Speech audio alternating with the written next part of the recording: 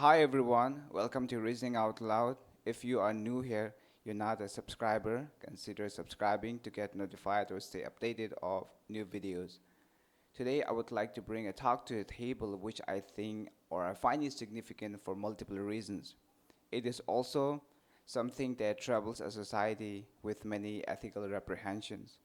One way or another, you might have encountered a case or heard a story where a woman is physically assaulted or ostracized for not bearing a male child or simply for bearing a daughter. Now, in many societies, the birth of a male child is celebrated, while the birth of a female child is often treated as a disappointment. So, the big question is, should a woman be held accountable for not bearing a male child?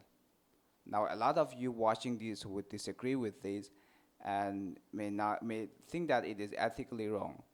But more than disagreeing with this, I would like to take a different approach with the social issue because in a striving world, it is astonishing and also alarming to see that there are people out there who think that it is a prerogative to use physical violence against a woman or abuse a woman for not bearing a male child.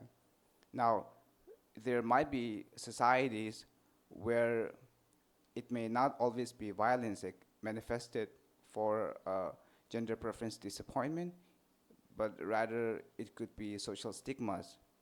Now, social issues including ostracizing, victimizing, stigmatizing, when it comes to diagnosing abuse for gender preferences, I think these are symptoms. Fundamentally, symptoms exist because there are problems, and I think why these are symptoms because there are two major problems. Now, there could be a lot of problems if you analyze it from different perspectives and take different methods, right? Or apply different approaches. So the two problems are, firstly, social studies indicate that in a patriarchal society, there is an excessive obsession with a male child. Now, patriarchy is a system of belief, and a patriarchal society does not necessarily or should always mean that it is a society ruled by men. Because in any society, women oppress women, men abuse men. And even in a well defined patriarchal society, women have always been abusing and harassing women for not bearing a male child. So it is a complex social issue where both genders can equally label harassment, violence, right, accusations against each other. Now, the second problem, which I also think is a major problem, is that there is a lack of basic understanding of biology, or there is a lack of understanding of the genetic constitution of the sex chromosomes between males and females. Now, I'll get there in a minute, but this social issue is so concerning and also can be so barbaric or is so barbaric that it has also been highlighted in a lot of movies. And in one of the Bollywood movies, Hari Bhari, in that movie, the protagonist Ghazala, she is ill-treated and cast out of the house because she did not bear a male child by her husband. Now that is not just a fictional portrayal or a fictional plot of the story, but it is the highlight of the ground reality that exists in a society or in some societies. Now, more than fictional stories, there are also brutal cases. And some of the brutal cases which really got my attention and which I would like to talk about a little bit and briefly. The Times of India, the year 2024, the month of November, reported a case that a 35-year-old woman, she committed suicide. And the reason why she committed suicide, the, or the reason why she took the fatal step, allegedly unable to endure the harassment from her husband for not bearing a healthy male child. Now, the case reported that years of her marriage were marked by distress, and the first 10 years of her marriage, she suffered with infertility, during which she was subjected to physical and emotional abuse. Now, finally, when she gave birth to a son, soon her husband's joy turned into anger when he discovered that his son had learning disabilities. Later, her husband's harassment metastasized after she gave birth to a daughter. Now, another case by the Times of India, this year 2024, the month of November, a young 23-year-old woman from Raipur, Chhattisgarh, she sets herself ablaze after being tortured over the inability to bear a male child. Capitulating to her injuries, she died. According to the complaint register, it was indicated that she was taunted, tortured, assaulted for not bearing a male child. Her husband, in an inebriated condition, would beat her up, and her in-laws would accuse her of her inability to bear a male child. Now, this is quite brutal. Imagine that harassment and abuse could have been so brutal that someone had decided to set themselves on fire, right? Blaming a woman for her inability, I mean, that is not even scientifically true, but imagine how brutal it could have been. Now, if you were to see a psychiatrist, you would be surprised to discover that a healthy human being with a healthy mindset would never have enough courage to commit suicide or set oneself on fire or contemplate jumping off from a building. So a normal individual would never do that. It should really come from a place of deep sense of mental desolation or despondency, right? A normal individual would never just jump off from the seventh floor of the building or put kerosene and and set oneself on fire to go through that painful experience before you die. That is not something a normal individual would do. It is a ramification of consistent and intentional abuse, both physically and mentally.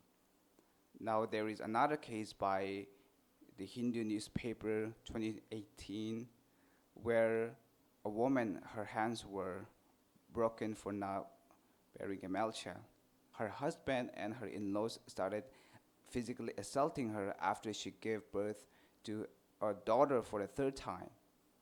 Now, these are some of the cases which are brutal, and there might be multiple cases out there not reported, and there might be societies from different countries, from different backgrounds, and not only violence exhibited, right, for having a gender preference offspring, but there could be a lot of other issues. As I've mentioned, it could be social stigmas or the way we perceive a woman in a marriage for not bearing an offspring with a specific gender. And these are obviously very stigmatizing and concerning. Now, scientifically, if you were to sit down and have a conversation with an obstetrician or a biologist, you would be enlightened to know that, if you don't know, that it's the father's sperm that determines the sex of an offspring. So what really happens is that men carry XY chromosomes and female carry XX chromosomes. So when it comes to pregnancy, when the Y chromosome is passed down to an offspring, the offspring will be a male child. And instead of the Y chromosome, if a woman receives the X chromosome, the offspring will be a female child. This is because genetically women don't produce the Y chromosome, and women don't control the outcome. It is impossible. It is not that there is something wrong with the women's body, right? It's just that the body is not designed for it, and they don't naturally produce the Y chromosome. So how uninformed a mindset of an individual would be to not understand that a woman is not responsible, not even consciously, ethically, but even biologically, she is not responsible. She is not at fault, but we have come across stories, and for generations, right, in a lot of societies, women were considered at fault for not bearing an offspring carrying a specific gender. Now, this is brutal, and this is something that is worthwhile having a conversation and having a confrontational attitude towards such bad ideas. Now, I would also like to give a hypothetical situation. Imagine that it is a hypothetical society, right? In that society, supposedly ruled by a religious organization headed by women, and these women started abusing, physically, emotionally abusing men for having nocturnal emissions. Now, nocturnal emissions are biological. It is a healthy way of body releasing accumulated semen. But what if in that society men are considered unholy, filthy, so they are abused for having that natural experience? So what it would look like for a lot of men, supposedly powerful women started ruling in that society, and men were accused of having bad thoughts. But knowingly, we all know that naturally, irrespective of whether a man has bad thoughts or good thoughts, nocturnal emissions are indispensable. You cannot avoid it, it's inevitable. So, for having that natural experience, supposedly we say a lot of men were incarcerated, they were beheaded, they were accused. What that sort of situation would look like, it would be absolutely barbaric. And this is what a social issue related to having gender preferences when it comes to pregnancy. This is how a woman experiences a story of a woman setting herself ablaze, right? Or a woman from Uttar Pradesh, I think it was from Babra village, her hands were broken, physically assaulted for not bearing a male child. When it comes to pregnancy, you can also imagine that it is like someone tossing a coin in the air, and the probability of having a head and a tail is just a 50-50 chance. You could be flipping a coin multiple times, and you might get a tail multiple times, or you might get a head multiple times. So it is possible that you might encounter a family with 6 kids, and the first 5 kids are girls or boys, right? Or a family where there are 4 siblings. The oldest one is male, the second one is female, the third one is male, the fourth one is female. So it can happen like that. It's so unpredictable. So predicting or trying to control the gender of an offspring is like going against the law of nature because it's so unpredictable. You might have a male today, in the second try, you might have a female child. So it's the probability of nature and something that women don't intentionally decide. And even though we say that it's the father's sperm that will decide the sex of an offspring, a father cannot voluntarily decide or choose to pass down the specific chromosome. Even a father is helpless in when it comes to the natural way of deciding or predicting the gender of an offspring, and both are helpless when it comes to that natural process. So, what do we really get out of this conversation? The best we can do in a society is to make maximum awareness of what we know of scientifically so far, and also have a conversation to the extent that this sort of mindset is somehow eliminated or confronting to ideas that are really bad and come from a bad resource. And what we really need to understand morally is that, and humanistically, is that a human life should be cherished irrespective of gender.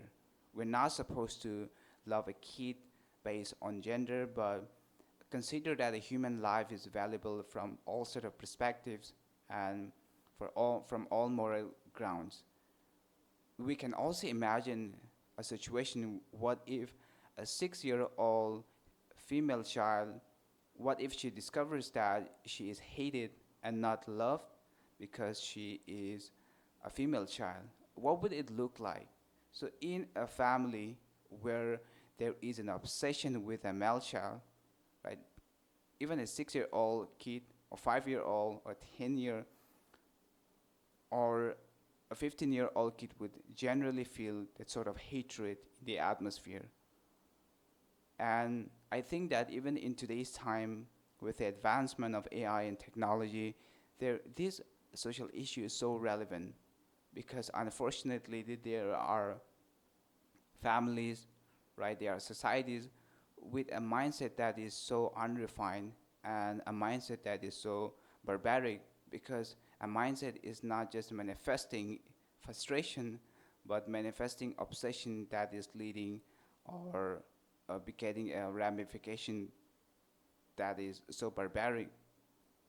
And I hope that we can all go out and have conversations that are uncomfortable, but that can lead a society to a consensus where people can come and have discussion, not on the surface where we look like we talk about a lot of big things, innovation, and a lot of big talks, but the ground reality is that in a lot of societies, there are still people where basic information is untapped, where basic information is somewhere hidden and somewhere people are so ignorant.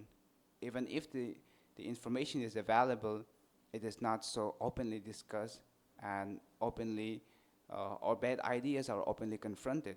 So having a confrontational attitude is so important when it comes to bad ideas and bad actions.